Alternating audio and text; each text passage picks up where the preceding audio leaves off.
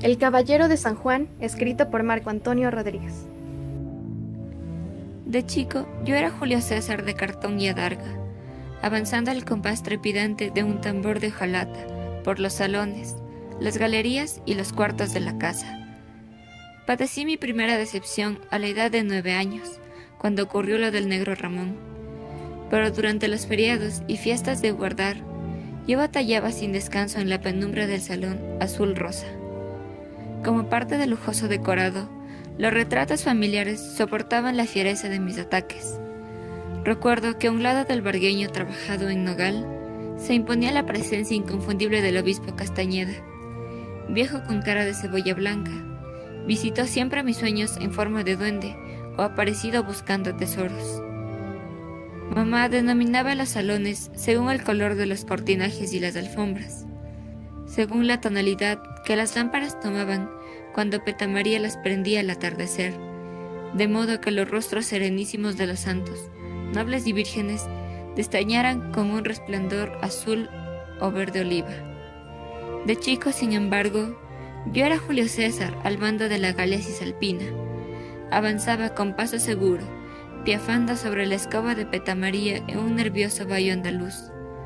Me acercaba, corbeteando, hacia las estatuas de San Sebastián y San Antonio, pero nunca me aproximé donde San Juan, cómplice de mis males, pese a que llevaba conmigo el amuleto de ónice, que servía para alejar el vapor que antecede a los ataques. ¿Acaso fue mamá la causante indirecta de que yo anduviera todo el día ataviado de romano, desafiando a los del barrio con lanzas y bracamartes de madera? Pronto me familiaricé con el arte de la guerra. Terciaba molinetes, combinando espada y brazal contra los armarios, los floreros regados por las aguas del Danubio y los biembos chinos que habían descansado durante generaciones en el Salón Dorado. Además, aprendí a hostigar con saña a mis compañeros de escuela, olvidando que el gordo Valdés no era percherón armado, ni Ramírez un desertor de la batalla de Tapso. Peor aún el pecoso Murieta, que apenas me veía marchando con la espada en lo alto, gritaba: «¡Ganaste! ¡Ganaste!», con tal de que no le quitara la colación a la hora del recreo. Sin duda el hermano Manuel había empezado a cuidarme, gracias a que mamá le hizo una generosa donación para terminar la cancha de fútbol. Aprendí entonces que se puede ser romano, es decir, poderoso, si detrás hay plata y obispos ilustres. Por eso me soportaron 4 años disfrazado de emperador. El negro Ramón me advertía: «Cuidado, niño, cuidado que los otros la van a golpear». Pero yo no le hacía caso. Convencido de que era Julio César, correteaba feliz por los patios de la escuela, aunque el mal de San Juan ya me acompañaba regularmente en ese tiempo. Y Petamaría nunca admitió, por los demás, que pasara la infancia degollando azaleas y perritos como si fuesen galos. Yo alargaba interminablemente la guerra contra los guavos. Reprimía la sombra de los cipreses, dejando para el final de la mañana la invasión a las cuevas del sauce llorón. Petamaría seguía mis juegos, escaramuzas y asaltos con una suerte de espanto. Desde la cocina removía el puchero y los borrachitos de piña, mientras el jardín quedaba arrasado en pocas horas. A mediodía, cuando la mampara de cristal parecía frenar el acceso de sol a los salones, yo no me había dado aún por vencido. Al contrario, exigía imperiosamente desde mi cabalgadura un refresco de mora o maracuyá. A pesar de que a mi lado los cartuchos agonizaban clamando justicia, las hortensias se mecían como viejas tulidas, y los gallitos vomitaban sangre en las apacibles aguas del estanque de piedra. Y sobre los senderos de tierra, aprisionados por los cascos de mi vallo andaluz, las rosas rojas, el geranio de hierro, las amapolas de jubón acampanado y por último las dalias, semejaban manchas de sangre, cadáveres destrozados sin piedad por efectos de la guerra. Y los arbustos derribados, las cúpulas azules y los clavelones de morro formaban un montón de basura, que se podía ver como un pueblo entero pasado a cuchillo, desde el callejón oblicuo, rematando en esquina de Beata. Y Petamaría Comentaba desolada: la culpa no es del santo, ni el mal es de San Juan, sino del picaflor soldado, cuya aguja envenena la sangre del niño y también del rosedal. Pero mamá consideraba estas palabras como chicoria de criada vieja, agobiada de manías y demonios, que nadie se tomaba en serio. Y mamá prefería recluirse en sus bordados de lagartera, entre dos y gusanillo, antes de llamarme la atención. En sus manos las agujas apuntaban y se sucedían con suma rapidez, como émbolos sobre el bastidor, donde luego habría de nacer una guirnalda, un tulipán enrecamado, una flor de ángel que esa mañana a lo mejor yo había destruido inútilmente en el jardín. Mamá conocía bien mis fechorías, mis crueldades. Permanecía no obstante callada, observando desde la mecedora, mientras hábilmente yo colgaba trampas entre los árboles. Y nunca me regañó. Pero cierta vez un gorrión quedó atrapado, y entonces mamá concentró fijamente su mirada en el bastidor para evitar regañarme, mientras yo desplumaba sin motivo al pajarillo.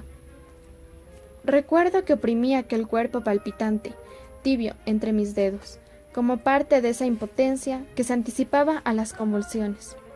Después Petamaría me lavó las manos, cubiertas de sangre y de plumas. Yo me miraba en el espejo. Era Julio César de cartoncillo y tambor de hojalata, iniciando el ascenso de las escaleras con aprobación de mamá, como si fueran los Pirineos. De repente, un martes después del recreo, alguien se apoderó bruscamente de mí. Me resultaba imposible poner atención, comprender en ese instante que el padre Adorno se purificaba con agua y liturgia antes de tomar en sus manos al sacrosanto cuerpo del Señor. Me sentí incapacitado para detener la caída estelar de la luna, la serpiente infernal y los rubicundos angelitos que acompañaban a la Inmaculada.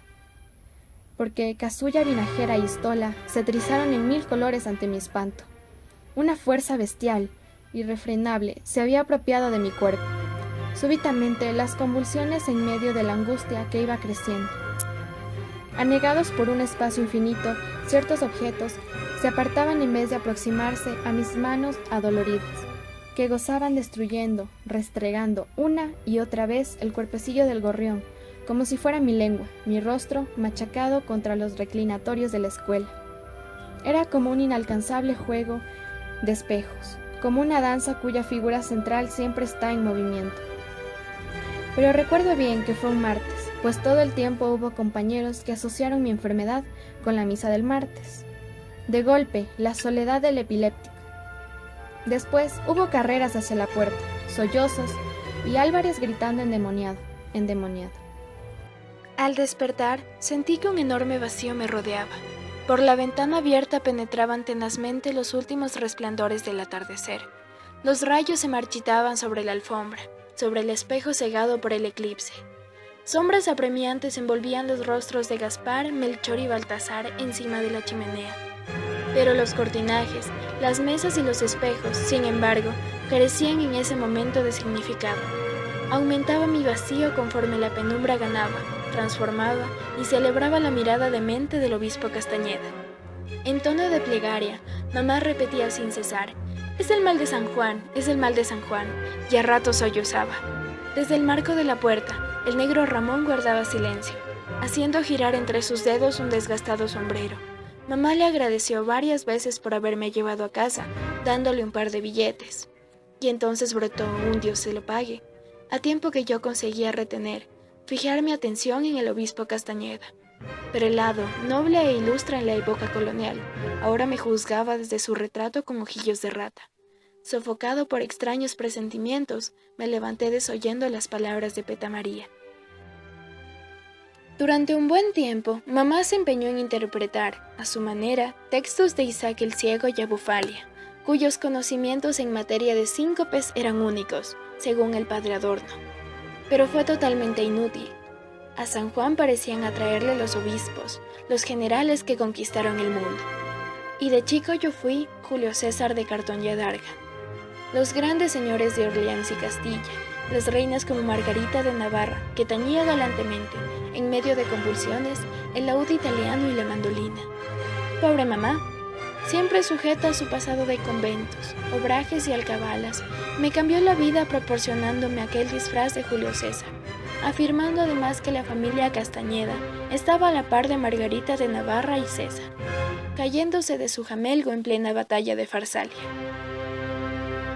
A partir de aquel día, asistí a la escuela ataviado de romano, montando un brioso bayo andaluz. Yo acoplaba corcoveos de jaca abierta de pechos con cabriolas de buena lámina. Esos pasos de ligera, baile o zapateo, revelaban que era un semental de raza, pero mis compañeros estaban más interesados en el fútbol, la rayuela y los cocos que en verme piafando sobre el pasto.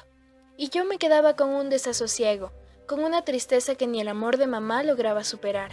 Desolado por la indiferencia que mi armadura causaba, opté por declarar la guerra a mis compañeros.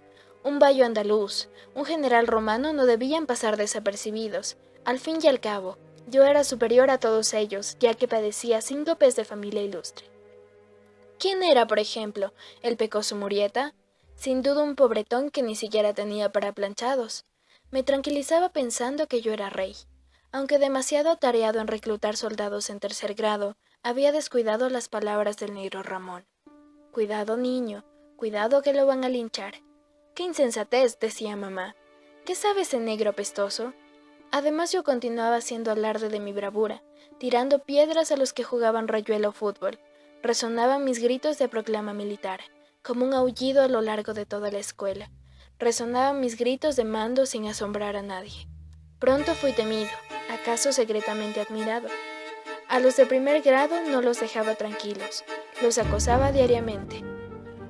Porque cada uno de mis ataques significaba un ojo amoratado, un lastimado en la rodilla. Así yo era Julio César de Cartón y Adarga. Yo era dueño y señor de la escuela. Hasta que, de repente, una mañana el negro Ramón se desplomó en el patio, se desplomó contra el piso que enseguida se tiñó de sangre, atacado por violentas convulsiones, mordió el polvo con esa lengua amoratada de negro enfermo, y entonces, durante días lloré en la soledad de mi cuarto. Lloré pensando que ni la familia Castañeda, ni Julio César existirían nunca más para mí.